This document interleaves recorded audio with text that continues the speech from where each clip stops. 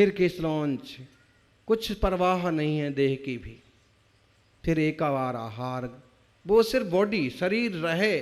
शरीर क्यों रहे फिर, जब शरीर को पर मान लिया है, ये कह रहे कि स्पर्श रस गंध वर्ण मिला कुछ नहीं है, और अब हमारा इससे पार्टनरशिप टूट गई है, तो फिर इसको भोजन क्यों?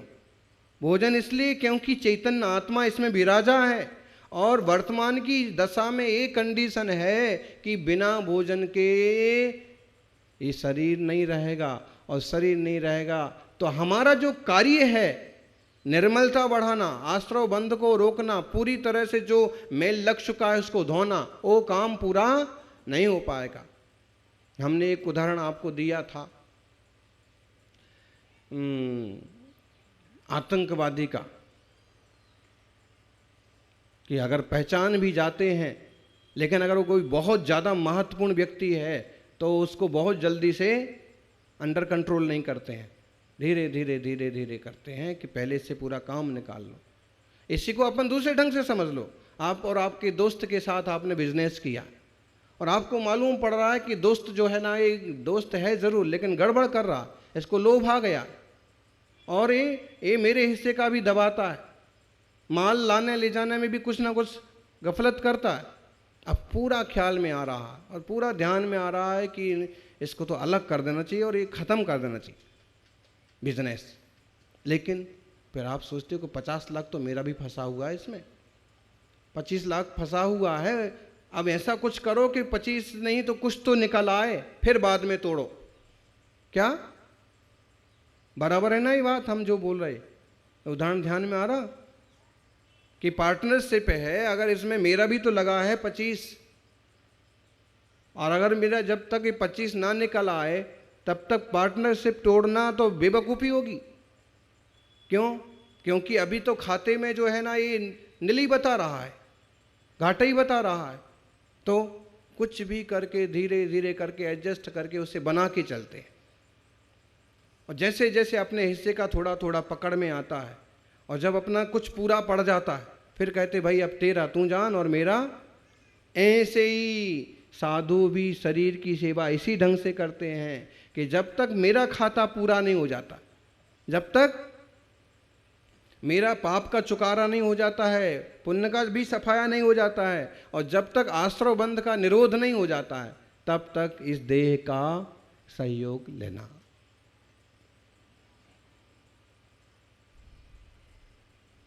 थोड़ा सा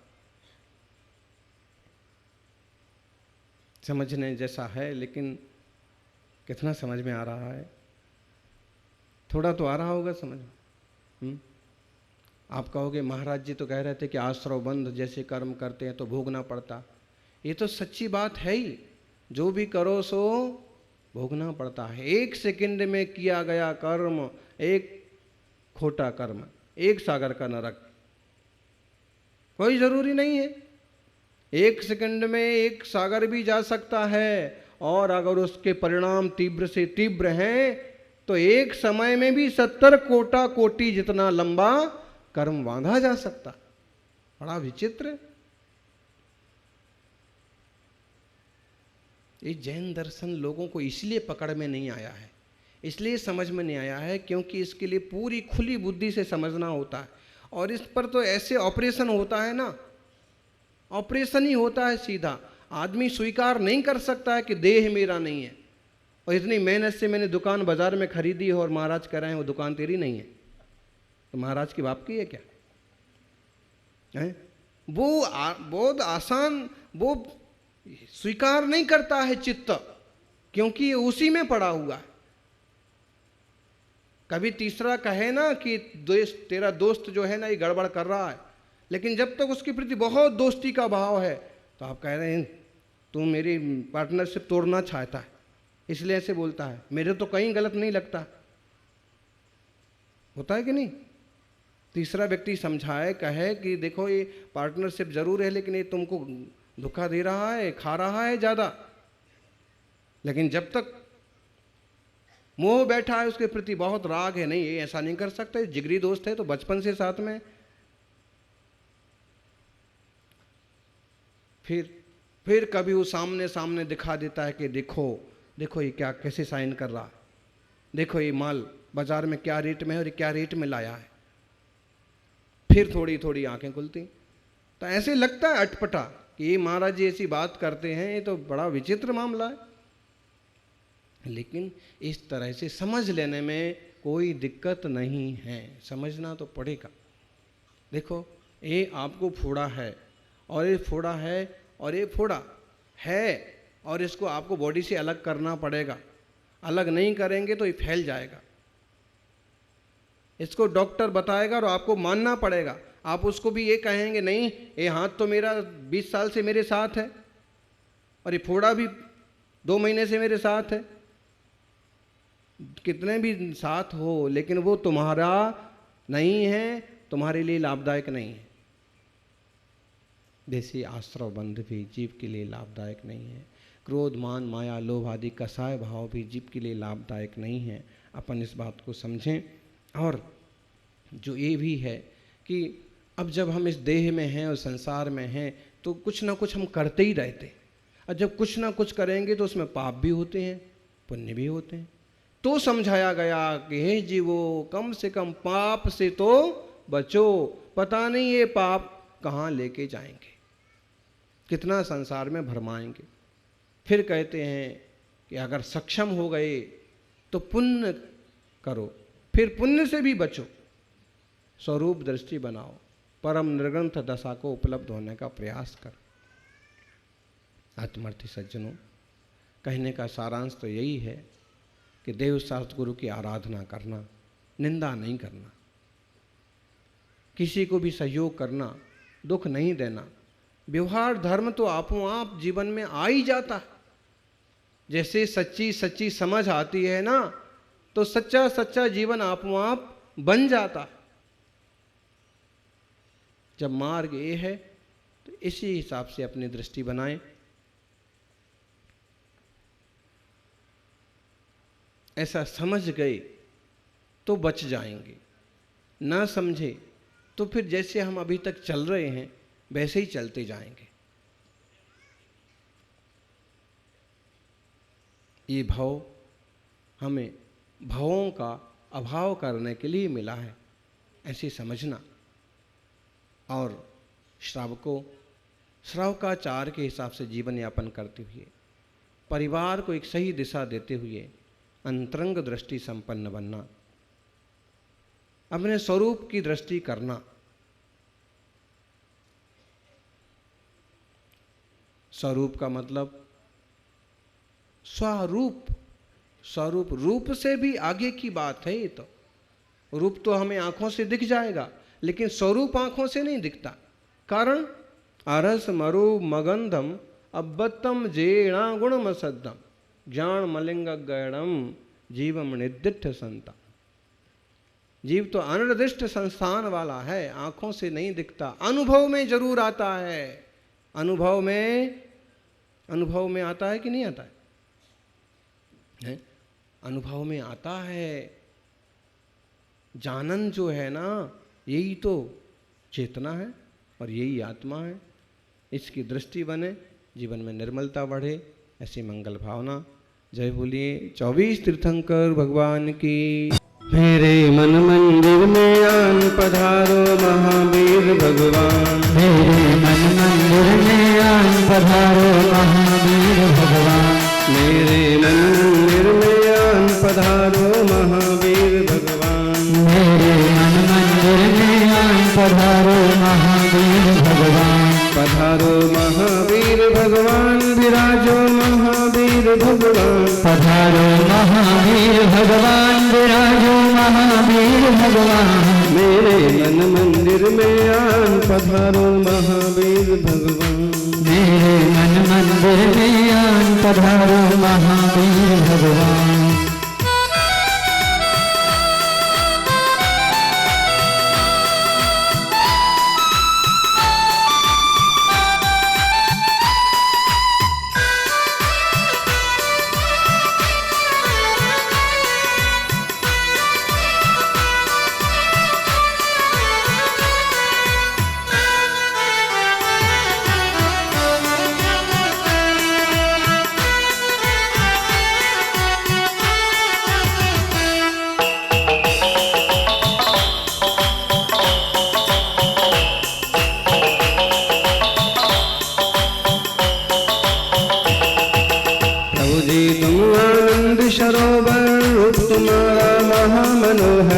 प्रभु जी तुम्हें आनंद सरोवर जो तुम्हारा महान है। प्रभु जी तुम करुणा के सागर, प्रभु जी तुम करुणा के सागर, तुम यो प्रभु ज्ञान दिवाकर। प्रभु जी तुम करुणा के सागर, तुम यो तो ज्ञान दिवाकर। हो जाए सबका कल्याण पधारो महावीर भगवान। हो जाए सबका कल्याण पधारो महावीर भगवान। मेरे मन मंदिर में आम पधारो महावीर भगवान। मेरे मन मंदिर में आम पधारो महावीर भगवान। मेरे मन मंदिर में आम पधारो महावीर भगवान। मेरे मन मंदिर में आम पधारो महावीर भगवान। आदिम तीर्थेश्वर आदि विधाता देवादिदेव महादेव आदिनाथ भगवान की वर्तमान जोर से 16वें तीर्थंकर शांतिनाथ भगवान की, वर्तमान जिन शासन नायक वर्धमान महावीर भगवान की, आचार्य श्री आदि सागर जी महाराज की, आचार्य श्री महावीर कीर्ति महाराज की, आचार्य श्री विमल सागर जी महाराज की, तपस्वी सम्राट गुरुदेवाचार्य श्री सन्मति सागर जी महाराज की। बोले परम पूज्य प्राकृताचार्य चतुर्वट्टाधीश आचार्य गुरुदेव सुनील सागर जी महाराज की।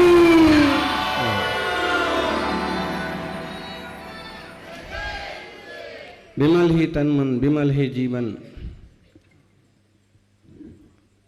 विमल ही जिनका नाम है। आचार्य श्री विमल सागर जी का समाधि रजत जयंती वर्ष है कि विमल ही तन मन, विमल ही जीवन, विमल ही जिनका नाम है, ऐसे गुरुवर विमल सिंधु को बारंबार प्रणाम। विमल तन, विमल मन और विमल जीवन।